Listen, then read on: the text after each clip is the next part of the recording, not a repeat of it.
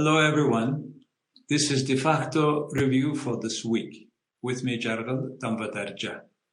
We have selected two important topics of events of last week in Mongolia. First is a public hearing on coal. Second is about Mongolia first time is ranked by PISA, the education ranking system of the OECD. These are two topics I would like to share my thoughts about. First, about this public hearing on coal theft, so-called theft. This public hearing is being exercised second time in history of Mongolia. First time was about the Development Bank of Mongolia and its bad loans. We have discovered so many interesting things which otherwise we could not hear and know. So this time, long-awaited public hearing. It's one of the best democratic country parliamentarian mechanism to get people understand the matter of facts, the deep what is behind. It is not a court system, but it gives people, the voters, a chance to understand, to know more about the particular case. In this case, it's about the coal. Coal because Mongolia has a large deposit of coking coal, 7.3 billion tons of coking coal in the south of the country, close to China, and it is making a lot of money.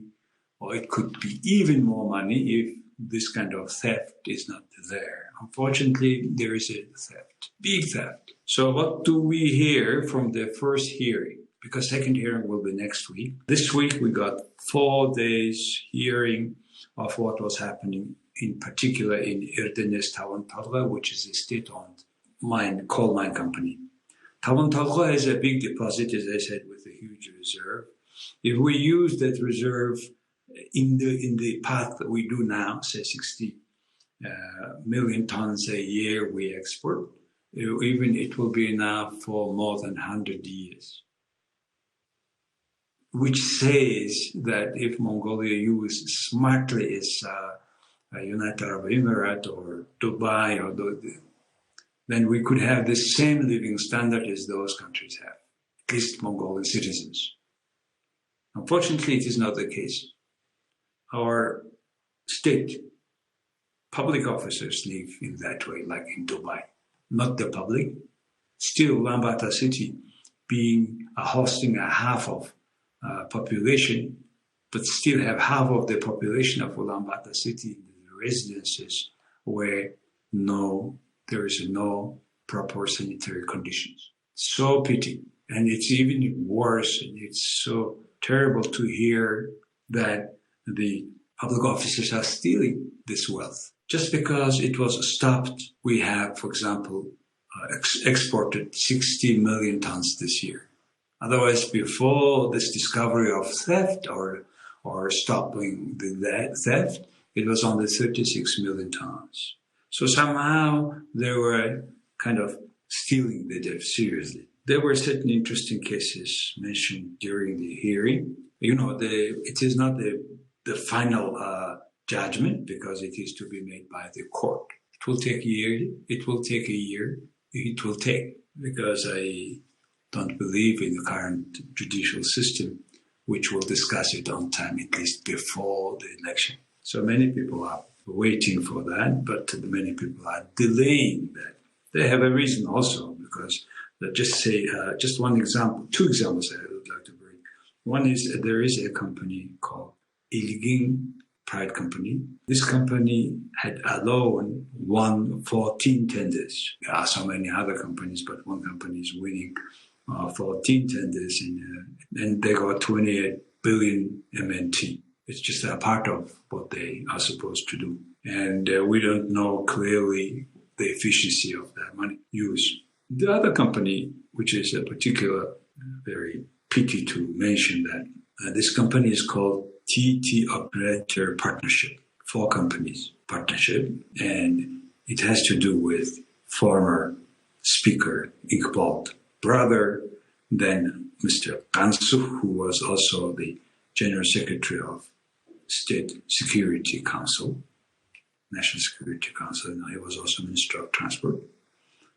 Then it has to do with MP Acha, his brother, and then the other company has to do with the President Baturga. Then the other companies has to do with the former ex-head of the General Intelligence Agency, and all of these partnership got 800 billion MNT tender. So, I mean, why would the highest possible positions people would have even on partnership and earn having a completely different high-level life than ordinary people whom they are supposed to serve? So the conclusion is they were serving only themselves. The other thing was, for example, from the total sales, 70% of the revenues have sent or stayed abroad. So what is the point? We sell coal, but the money is staying abroad and going somewhere. So that's what we have learned so far. The other very interesting thing is there is a small town, 4%, 0.4% of the huge land. And it is the chairman of the owner, majority owner, and the chairman of the company is a former parliament member, Baterden, and the archive of operations during his reign had disappeared.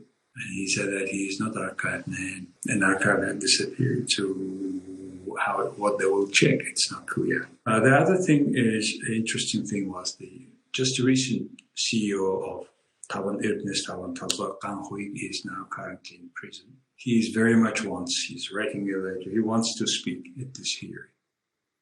But our prosecutor system saying that he cannot because he's in the middle of the investigation, though there was other cases in the middle of investigation. People were coming and giving their account on the hearings. So Mr. Kang Hui cannot come to the hearing.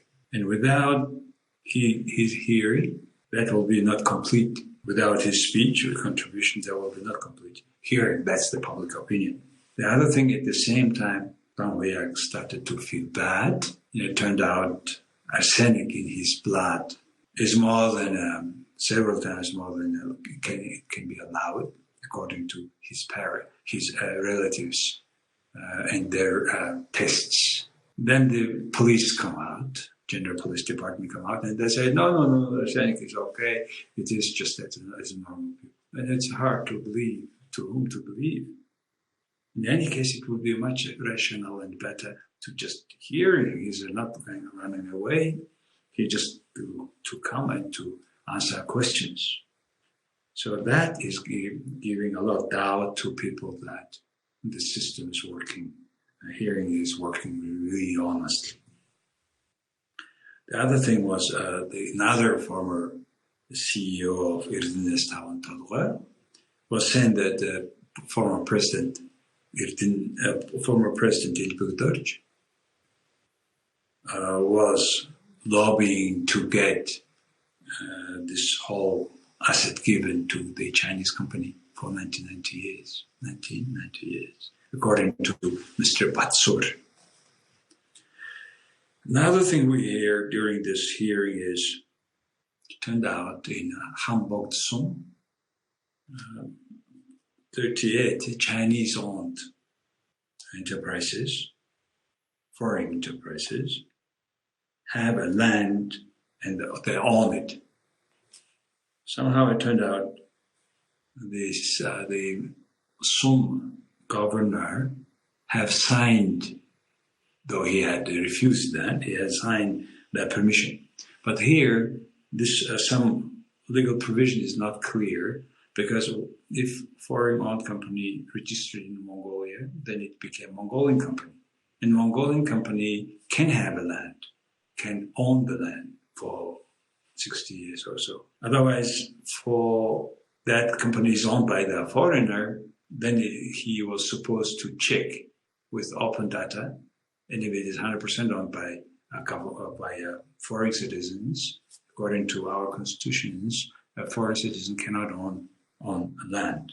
So that's quite controversial happening, and it caused attention of the Mr. President, Hurusu, and his office suggested even ask it or direct it or the government to make clear that it is not happening and to check really every land ownership so that the foreign people don't own Mongolian land. So that's another interesting thing we have seen during the 4 days. The other thing is concerning management.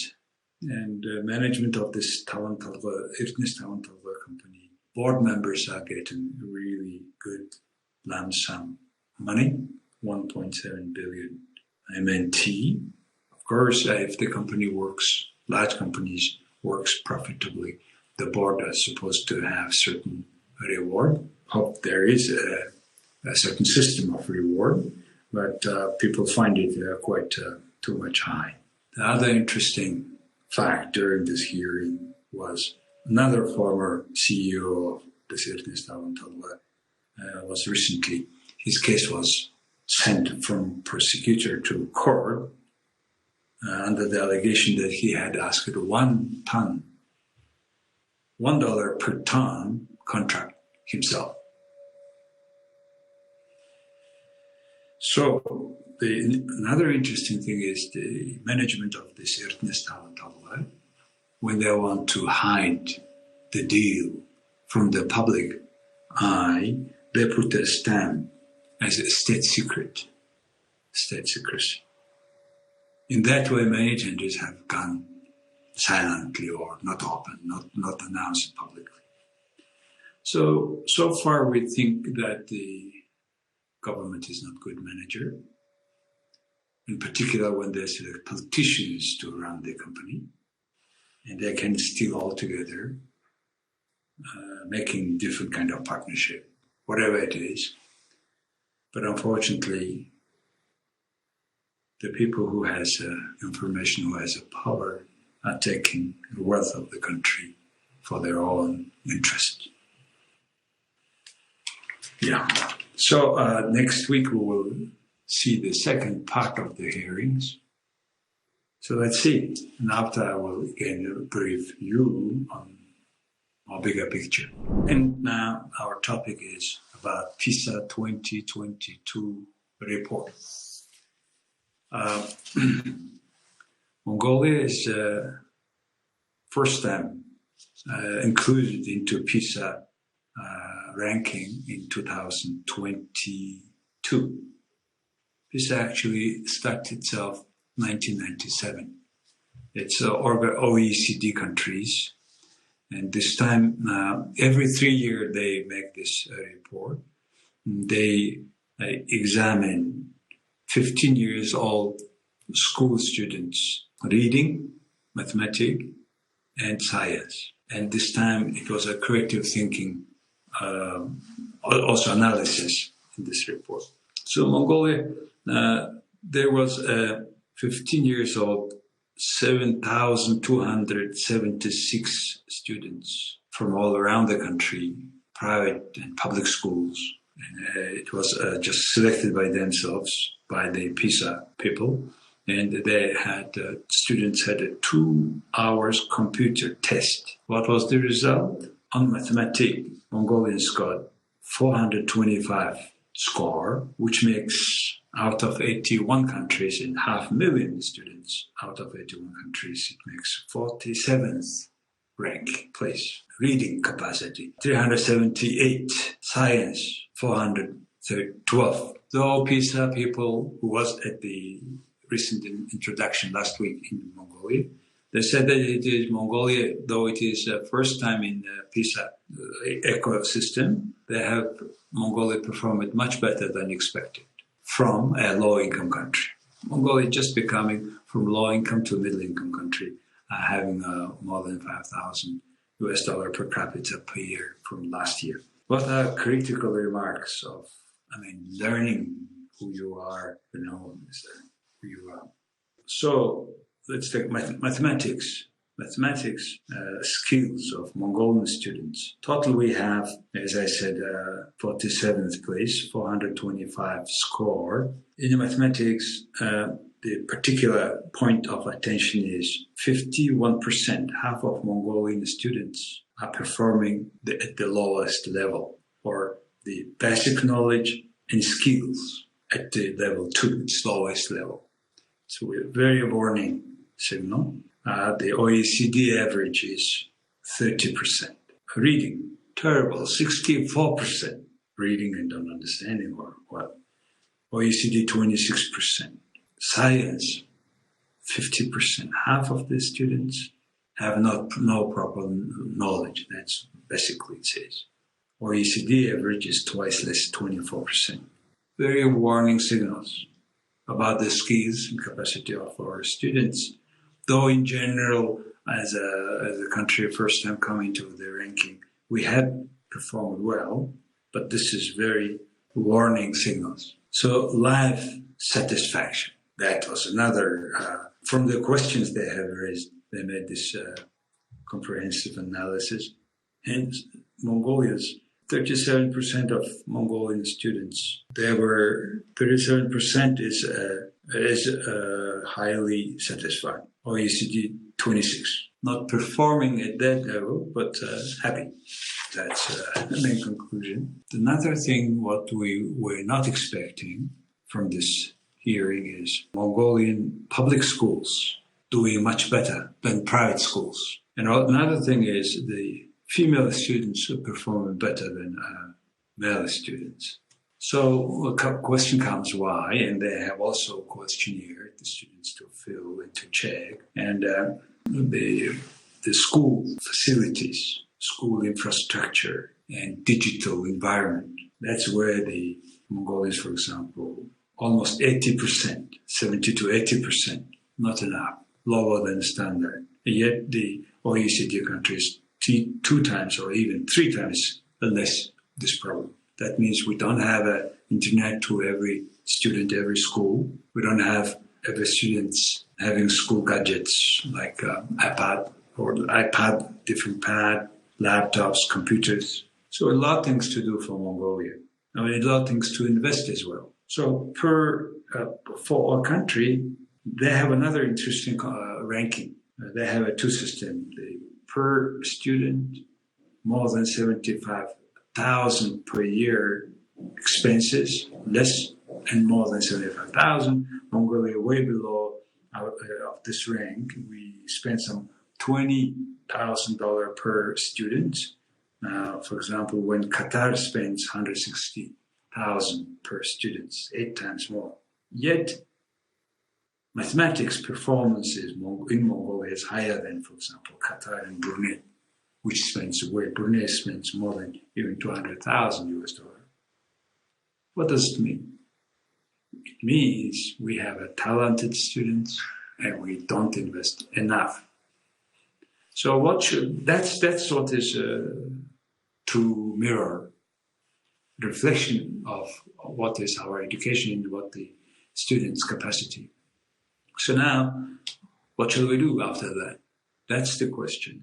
Once we have realistic, true picture of the reality, now we need to really to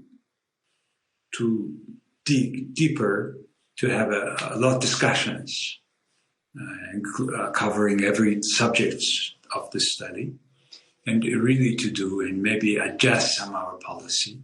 We have recently adopted new basket of laws, education laws in Mongolia, how much those are matching with this definition of PISA, and where is our target and what needs to be done. Though the Minister of Education have made already directions to reform programs, for example, and to have a financing based on performance, and then to have a completely new evaluation structure of student performance, school performance, digital transitions, and school management. Now, the school directors will not be anymore nominated by the ministry. It will be nominated by the parents, the committee. It's like in the Western countries. And they will pay more attention to development of teachers. Teachers' development is the key. And of course, their salary, etc. So Mongolia now will need to discuss all these issues, unopening the PISA box. And I hope it will happen soon. So these are two topics I want to share today. This is a Defacto review. We can cover two topics: call theft hearing and PISA 22 report on Mongolian education level. Thank you very much. See you next week.